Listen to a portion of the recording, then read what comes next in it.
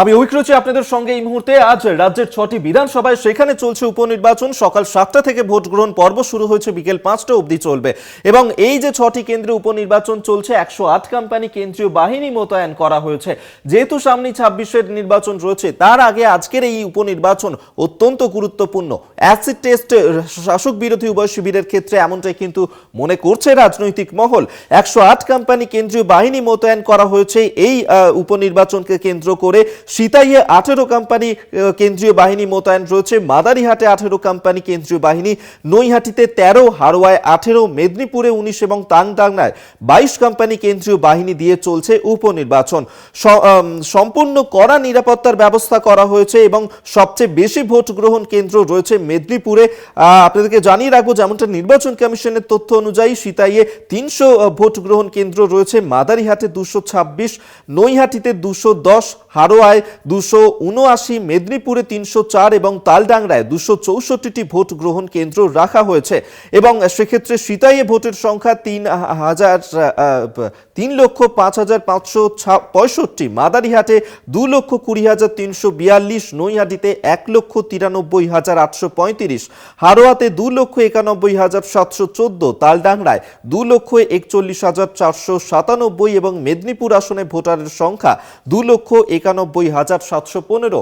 এবং এই যে উপনির্বাচন চলছে, সেক্ষেত্রে 5টি কেন্দ্রই তৃণমূলের দখলে রয়েছে। শুধুমাত্র মাদারিহাট কেন্দ্র, সেই কেন্দ্রটি বিজেপির দখলে রয়েছে। এখনো পর্যন্ত সকাল থেকে যেভাবে ভোট গ্রহণ চলছে, শান্তিপূর্ণভাবেই সমস্ত জায়গাতেই ভোট গ্রহণ হচ্ছে। কেন্দ্রীয় বাহিনী মোতায়েন রয়েছে, 108 কোম্পানি কেন্দ্রীয় বাহিনী মোতায়েন রয়েছে এই উপনির্বাচনকে কেন্দ্র করে। এবং বিভিন্ন জায়গার ছবি সকাল থেকে আপনাদের সামনে আমরা তুলে ধরছি। এবং যেহেতু লোকসভা নির্বাচনে যে সমস্ত বিধায়করা, এই 6টি কেন্দ্রের বিধায়করা তারা লড়েছিলেন এবং বিধায়ক পদ থেকে তারা পদত্যাগ করে লোকসভা নির্বাচনে জিতে তারা সাংসদ হয়েছেন, এবং যার কারণে এই 6টি কেন্দ্রে বিধায়ক শূন্য রয়েছে, তার কারণেই আজকের এই উপনির্বাচন হচ্ছে। এবং সেই উপনির্বাচনে সকাল থেকেই দেখতে পাচ্ছি যে ভোটাররা তারা দীর্ঘ লাইনে অপেক্ষা করছেন, ভোট গ্রহণ কেন্দ্রের বাইরে রয়েছেন তারা এবং ভোট দেওয়ার জন্য দীর্ঘ লাইনে অপেক্ষারত এই মুহূর্তে ভোটাররা। সে ছবি প্রত্যেক মুহূর্তে আপনাদের সামনে আমরা তুলে ধরছি। তবে অত্যন্ত গুরুত্বপূর্ণ এই চতুর্মুখী যে লড়াই হচ্ছে আজকের এই উপনির্বাচনকে কেন্দ্র করে। আপনাদেরকে জানিয়ে রাখবো যে কোথায় কোথায় কোন কোন আসনে কে কে লড়ছে, এবং সেই ক্ষেত্রে বিভিন্ন জায়গাতেই এই চতুর্মুখী লড়াই চলছে।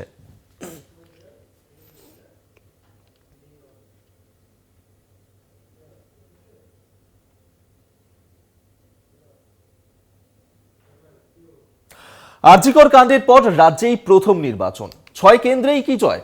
আত্মবিশ্বাসী তৃণমূল। আরজিকর ইস্যু কাজে লাগিয়ে ভোটের অঙ্ক বদলাতে মরিয়া বিরোধী শিবির।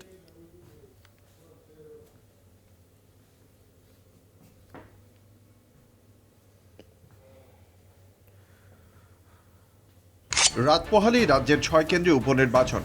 মাদারিহাট, সিতাই, মেদিনীপুর, তালডাংরা, নৈহাটি ও হাড়োয়ায় ভোট। 6 কেন্দ্রের মধ্যে 5টি আসনই তৃণমূলের ছিল, বিজেপির হাতে ছিল শুধু মাদারিহাট। 6 কেন্দ্রে উপনির্বাচনে 108 কোম্পানি কেন্দ্রীয় বাহিনী।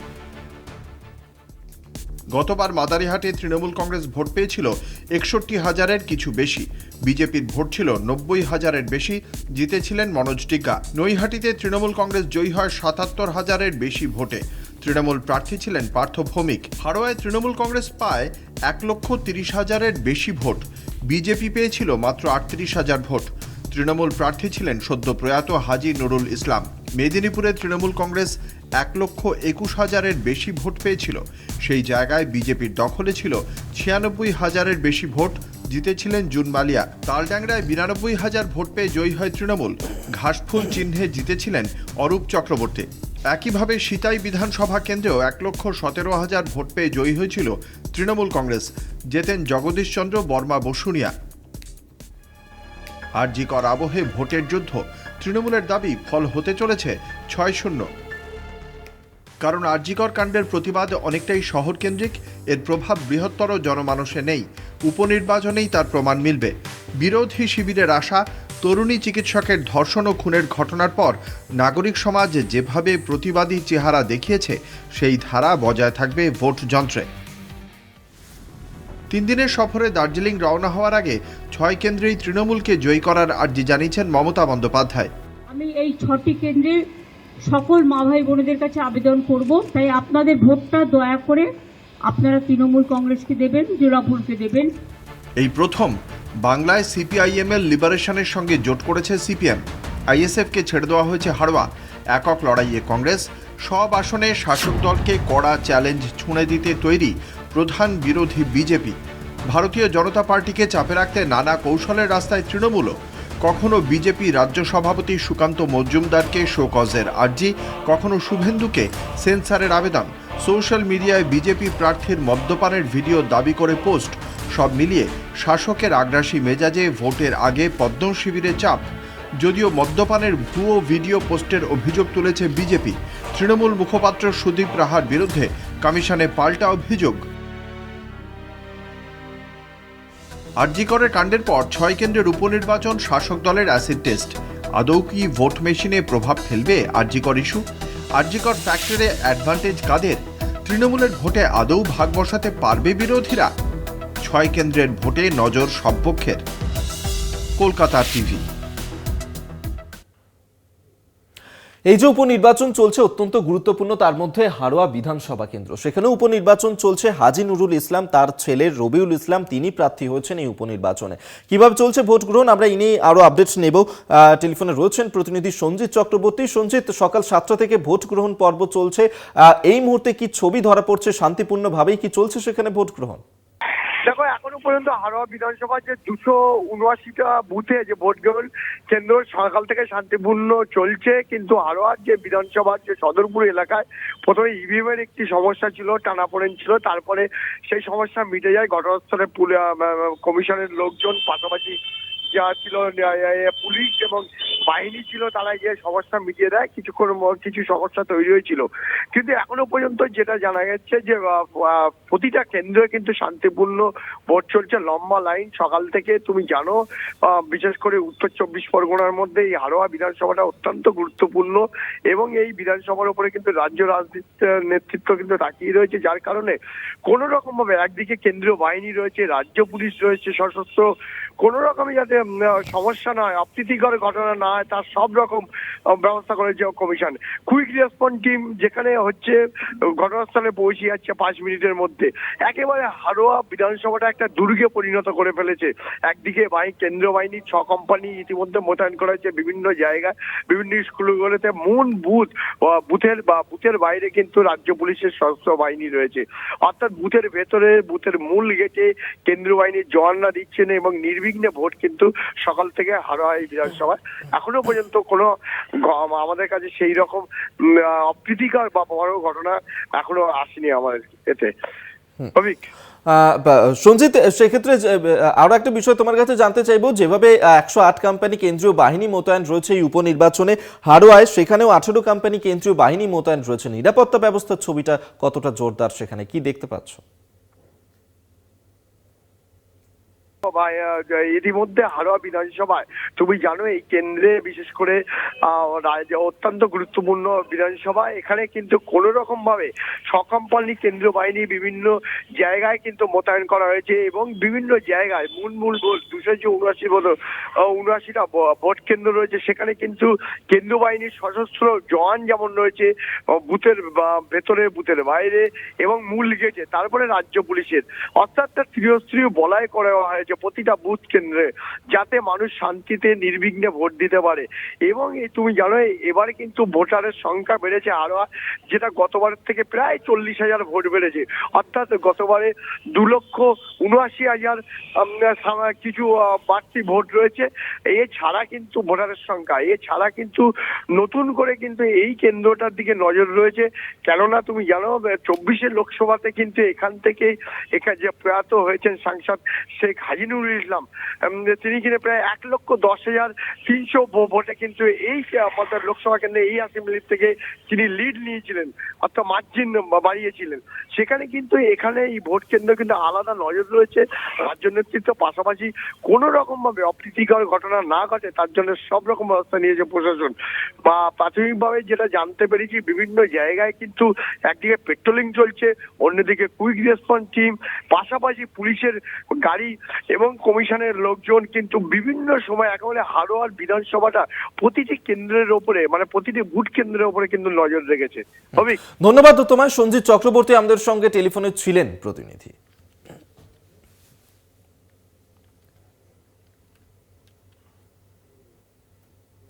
সকাল 7টা থেকে এই ভোট গ্রহণ পর্ব শুরু হয়েছে, আর বিভিন্ন ভোট গ্রহণ কেন্দ্রের ছবি আপনাদের সামনে আমরা তুলে ধরছি।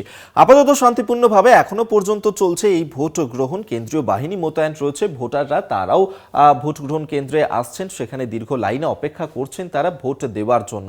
বিভিন্ন জায়গার ছবি আপনাদের সামনে আমরা তুলে ধরছি। এই যে 6টি জায়গায় উপনির্বাচন চলছে, অত্যন্ত গুরুত্বপূর্ণ বাঁকুড়ার তালডাংরায় সেখানেও এই উপনির্বাচন চলছে, এবং বাঁকুড়ার তালডাংরাতে সেখানেও কেন্দ্রীয় বাহিনী মোতায়েন রয়েছে। আমরা সরাসরি আপনাদেরকে বাঁকুড়ার তালডাংরায় নিয়ে যাব, সেখান থেকে স্বরূপ গঙ্গোপাধ্যায় আমাদের সঙ্গে এই মুহূর্তে রয়েছেন প্রতিনিধি। স্বরূপ, অত্যন্ত গুরুত্বপূর্ণ এই কেন্দ্র, যেখানে অরূপ চক্রবর্তী তিনি সাংসদ হওয়ার কারণেই এখানে উপনির্বাচন চলছে। এখনো পর্যন্ত 7টা থেকে ভোট গ্রহণ পর্ব শুরু হয়েছে, শান্তিপূর্ণভাবেই কি চলছে ভোট গ্রহণ?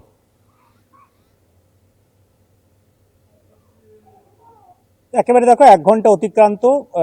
রাজ্যের 6 বিধানসভা কেন্দ্রের উপনির্বাচন, তার মধ্যেই তালডাংরা বিধানসভা কেন্দ্রের উপনির্বাচন। তুমি যেটা বলছিলে যে এই বিধানসভা কেন্দ্রের যিনি বিধায়ক ছিলেন, তিনি যেহেতু সাংসদ হয়েছেন সেই কারণের জন্যই কিন্তু তালডাংরা বিধানসভা কেন্দ্রের উপনির্বাচন চলছে।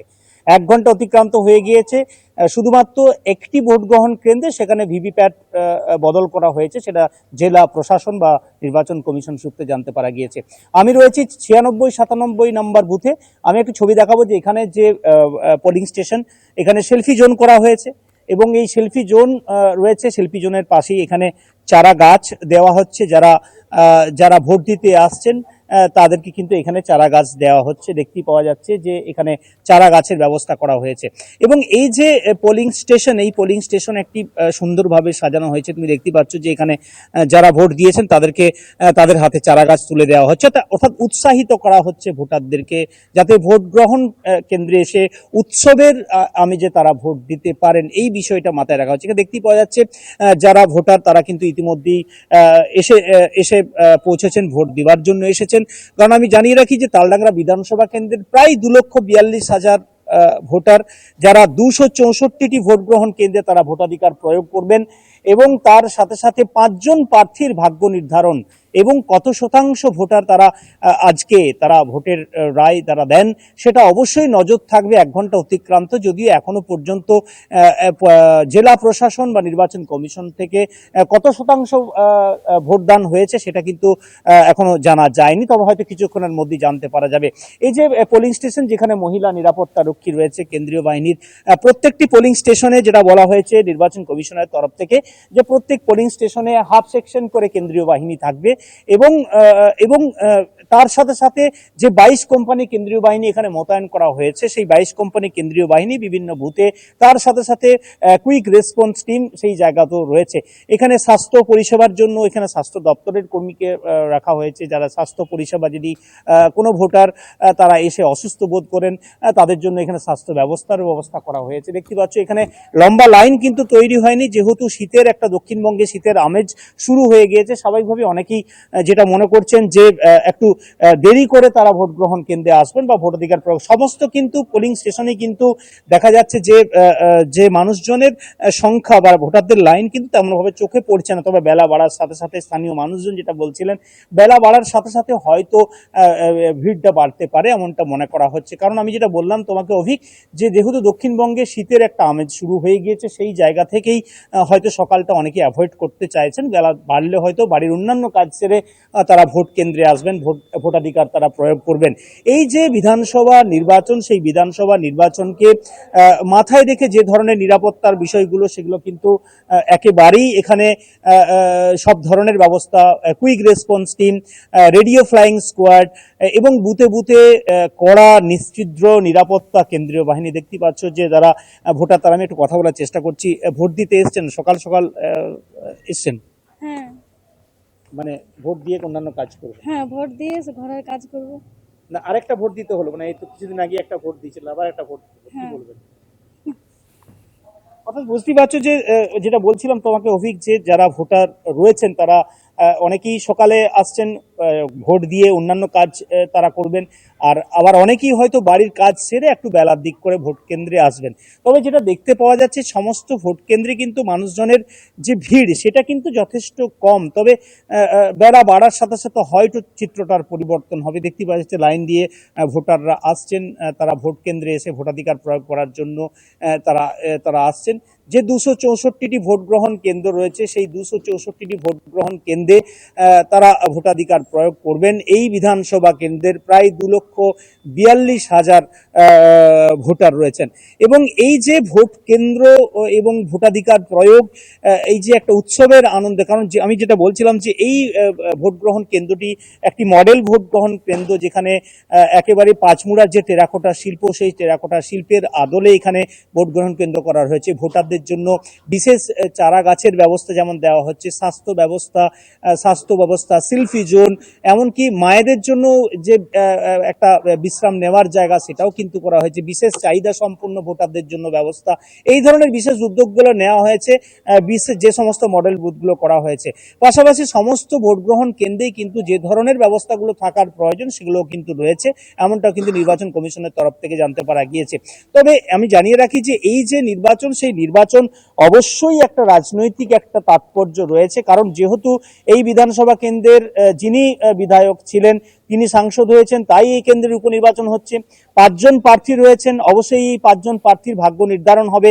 2,42,000 প্রায় 2,42,000 জন ভোটার যারা আজকে ভোটাধিকার প্রয়োগ করবেন। তবে কে শেষাশি হাসবে সেটা অবশ্যই জানা যাবে 23শে নভেম্বর, যেদিন ভোট গণনা হবে। তবে যেটা হচ্ছে যে এই বিধানসভার আসন তৃণমূলের যেহেতু দখলে ছিল, শাসক দলের কাছে যেমন একটা অ্যাডভান্টেজ রয়েছে, অন্যদিকে পাশাপাশি বিরোধীরাও কিন্তু এই বিধানসভা আসন তারা যাতে দখল করতে পারে সেই দিকটাও কিন্তু যেহেতু দেখা গিয়েছে যে নির্বাচনের যে প্রচারে, সেই নির্বাচনের প্রচারে হেভি ওয়েটদের দিয়ে প্রচার করানো, বিভিন্ন জায়গায় বিভিন্ন দরজায় গিয়ে বিভিন্ন ফেস্টুন ব্যানার নিজের ইস্যু নিয়ে যেভাবে একটা ভোটের যে পারদ এখানে তালডাংরা বিধানসভা কেন্দ্রে চড়েছে সেটা কিন্তু অবশ্যই দেখতে পাওয়া গিয়েছে। এবং সেখানে সকাল থেকেই চলছে এই ভোট গ্রহণ পর্ব। অবশ্যই আমাদের নজর থাকবে এদিকে। আপাতত ধন্যবাদ জানাবো তোমাকে স্বরূপ গঙ্গোপাধ্যায়, এতক্ষণ সরাসরি বাঁকুড়া তালডাংরা বিধানসভা কেন্দ্র থেকে আমাদের সঙ্গে ছিলেন প্রতিনিধি। এবং সেখানেই উপনির্বাচন চলছে, যেখানে 22 কোম্পানি কেন্দ্রীয় বাহিনী মোতায়েন রয়েছে। একে একে ভোটাররা আসছেন ভোট গ্রহণ কেন্দ্রে ভোট দেওয়ার জন্য।